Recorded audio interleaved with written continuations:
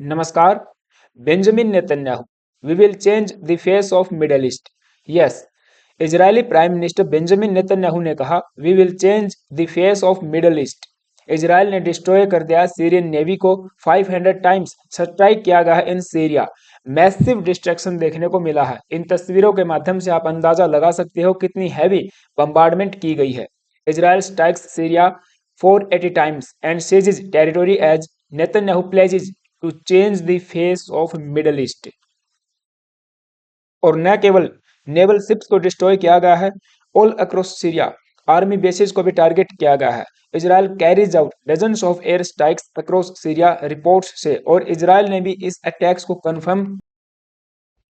Israel sinks 6 Syrian naval ships in Latakia. Latakia harbour पर खड़ी 6 naval ships को तबाह कर दिया गया है और एयरफोर्स के माध्यम से इनको डिस्ट्रॉय किया गया है, जिनकी तस्वीरें, जिनकी इमेजेस आप यहाँ पे देख पाओगे.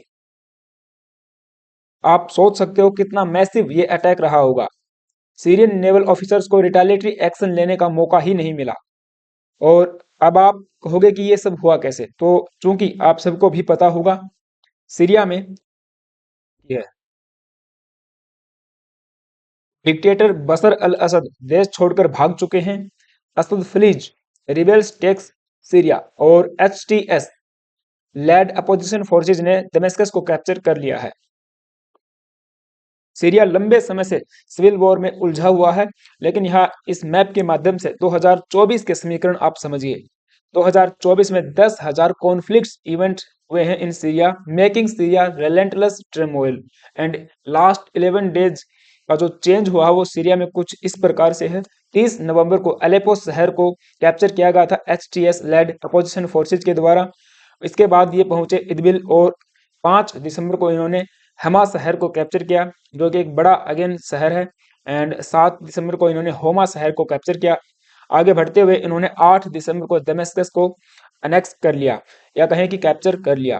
अब जैसे ही राजधानी के ऊपर एचटीएस का कब्जा हुआ, सरकार गिर जाती है, या कहें कि जिसका भी कब्जा दमेस्कस या कैपिटल पे होगा वो पूरे सीरिया पे राज करेगा. इस एचटीएस ग्रुप को कहीं ना कहीं इजराइल की इंटेल ग्रुप्स एंड यूएस की डीप स्टेट एजेंसीज ने बैक किया है. आर्म्स एंड एमिनेशन एंड कहीं ना कहीं फाइनेंशियल एड भी प्रोवाइड की गई है. और जैसे ही इन्होंने दमेस्कस को कैप्चर किया, इन्होंने डिस्कशन स्टार्ट कर दिया सीरियन अपोजिशन के साथ to begin government formation, to form the government. Opposition के लीडर अहमद अल शारा, जिनको अबू मोहम्मद अल जोलानी के नाम से भी जाना जाता है, उन्होंने outgoing prime minister Mohammed al Jelani से मीटिंग की on Monday to discuss the transition, कि किस प्रकार पावर का ट्रांजिशन होगा. Al Jalali who served under the al Assad. अब चूंकि ये अपोजिशन के लीडर थे तो इन्होंने अल असद के अंडर में सर्व किया है. ये एग्री हो जाते हैं to transfer the power to HTS Hayat Tahrir al शाम. तो इन्होंने एक सीरियन सैल्वेशन गवर्नमेंट का निर्माण किया, जिसको पावर ट्रांजिट कर दी गई है. And now update is that new prime minister meets old government officials to aid transition. Mohammad अल बशीर को नया प्राइम मिनिस्टर अपॉइंट किया गया है अंटिल मार्च 1 2025. यहाँ कंफ्यूज नहीं होना है. मोहम्मद अल जोलानी इस एचटीएस ग्रुप को लीड कर रहे हैं, जो अलकायदा की ही एक प्रॉक्सी ग्रुप है. और कहीं ना कहीं ये व्यक्ति शुरुआत में अलकायदा से जुड़ा हुआ था, लेकिन प्राइम मिनिस्टर बनाया गया है मोहम्मद अल बशीर को, या कहें कि केयर टेकर प्राइम मिनिस्टर इनको बनाया गया है. और इस पूरे सिनेरियो को देखने के बाद इजराइल ने एचटीएस को थ्रेटन किया है, you will and up like Asad. तुम्हारा भी अंत असद की तरह ही होगा अगर आपने इजराइल के कहे पर काम नहीं किया या इजराइल के फेवर में काम नहीं किया. How Israel backed its warning to Syrian rebels. चूंकि सबको पता, पूरे विश्व को पता है कि एचटीएस का साथ इजरायली खुफिया एजेंसियों के द्वारा दिया गया है, लेकिन बावजूद उसके इजराइल ने सीरिया को अटैक किया, सीरियन शिप्स को अटैक किया, सीरिया के अंदर जो नेवल बेसिस है उनको अटैक किया. काफी सारे वेपन्स को इन्होंने डिस्ट्रॉय कर दिया है. Israel strikes Syrian army bases at rebels consolidate. इजराइल स्ट्राइक्स Syrian army bases in the buffer zone. So buffer zone में घुसकर भी इन्होंने आर्मी बेसिस को डिस्ट्रॉय किया है। अब चूंकि इजराइल का मानना है कि सीरिया में एक ऐसी गवर्नमेंट बैठ गई है जिसको कहीं ना कहीं यूएस का बैक मिला हुआ है, बावजूद उसके उन्हें चाहिए एक कमजोर गवर्नमेंट जिसके पास न नेवल पावर है न आर्मी के पास वेपनरी है। और इवन जो कुछ आर्मी बची भी हुई है वो छोड़ के भाग जाएंगे, वैसे भी उनको आर्मी में काम करने का कोई शौक नहीं रहेगा। एंड इकोनॉमी की हालत तो बिल्कुल खराब है, आप उस इकोनॉमी का तो नाम यहाँ पे लेना यू नो ठीक नहीं रहेगा। तो इजराइल का ये भी प्लान रहेगा कि ईरान से कोई भी किसी भी प्रकार का वेपन या किसी भी प्रकार की एड सीरिया होते हुए हिजबुल्लाह तक न पहुंचे, जो पहले असद रेजिम के समय हुआ करती थी। आपको बता दूं असद एक अलाई रहा है यूएस का एंड ईरान का, सॉरी नॉट यूएस, रसिया का एंड ईरान का। सो ईरान की तरफ से हिजबुल्लाह को सपोर्ट मिलता है। ईरान वेपनरीज एंड अदर प्रकार की जो फाइनेंशियल एड है वो उनको सप्लाई करता था थ्रू सीरिया, एंड सीरिया से फिर ये हिजबुल्लाह तक सप्लाई की जाती थी। अब इजराइल का यही प्लान है कि सीरिया एक बफर जोन के टाइप रहेगा एंड सीरिया पे हमेशा से इजराइल का कंट्रोल रहे, एक ऐसी गवर्नमेंट वहां पे बैठे जो इजराइल के इशारे के ऊपर काम करे, चाहे फिर वो एचटीएस ही क्यों ना हो। अब चूंकि एचटीएस बेसिकली लिंक है टू द अलकायदा, जो कि एक रेडिकल इस्लामिक ग्रुप है, इस्लामिक फंडामेंटलिस्ट आइडियोलॉजी से प्रेरित है। तो ऐसे में कहीं ना कहीं खतरा रहता है कि ऐसे व्यक्ति से, ऐसे रेडिकल लीडर से इजराइल को खतरा रहेगा। सो उसको किनारे करने के लिए, उसको थ्रेटन करने के लिए, उसको दबाने के लिए इजराइल ने हैवी मात्रा में स्ट्राइक्स की है, नेवल बेसिस को तबाह कर दिया है। एंड ये भी रिपोर्ट्स का क्लेम है कि इजराइल बफर जोन से आगे गोलन हाइट से ऊपर दमस्कस की तरफ मूव कर रहा है। Israeli tanks reaches point 25 kilometre away from the Damascus. यहाँ पे इस कलर में आप देख पाओगे ये वाला पूरा का पूरा रीजन अब इजरायली फोर्सेज ने कैप्चर कर लिया है and that part is Golan height. So Golan height आपको पता है एक समय पे सीरिया का ही पार्ट हुआ करता था, एंड आज भी यूएन या फिर जो दूसरे देश हैं मानते हैं, इवन इंडिया भी मानता है कि गोलन हाइट सीरिया का ही पार्ट है। बट अभी काफी सारी चीजें चेंज होने वाली हैं। तो जैसा इजराइल ने कहा है कि हम लोग फेस चेंज कर देंगे मिडल ईस्ट का, तो ये हमें भी सोचना पड़ेगा, पूरे विश्व को अब सोचना पड़ेगा कि गोलन हाइट का क्या होगा। गोलन हाइट एक जमाने में सीरिया का पार्ट था, लेकिन इजराइल का वर्तमान में कब्जा है। सो यहाँ पे इजरायली फोर्सेज हैं और ये एडवांस हो चुकी हैं आगे सीरिया की तरफ। दमेस्कस से केवल 25 किलोमीटर दूरी पर ही इनकी फोर्सेज अब बैठी हुई हैं। तो ऐसे में खतरा है कि आने वाले समय में महीना, 2 महीना या कभी भी इजराइल अटैक कर सकता है, दमेस्कस पर कैप्चर कर सकता है। आप समझिए एक कैपिटल को यदि कैप्चर कर लिया जाए तो पूरा देश उनके कंट्रोल में आ जाएगा।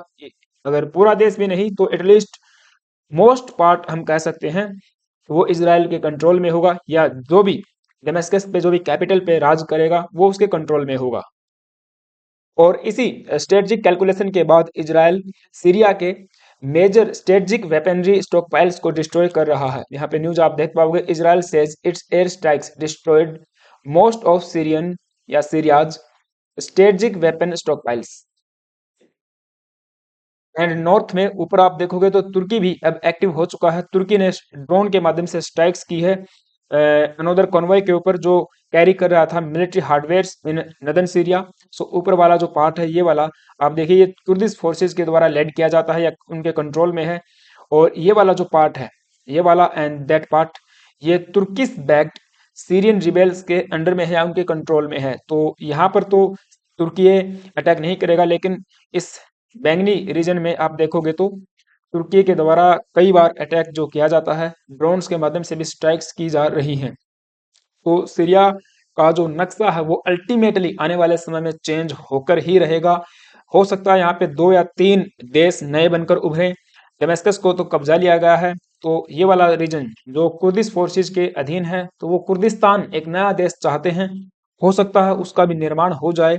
और तुर्की चाहता कि एक अलग से देश इसके साथ में यहाँ पे बन जाए, जो कहीं ना कहीं तुर्की का एक अलाई रहेगा।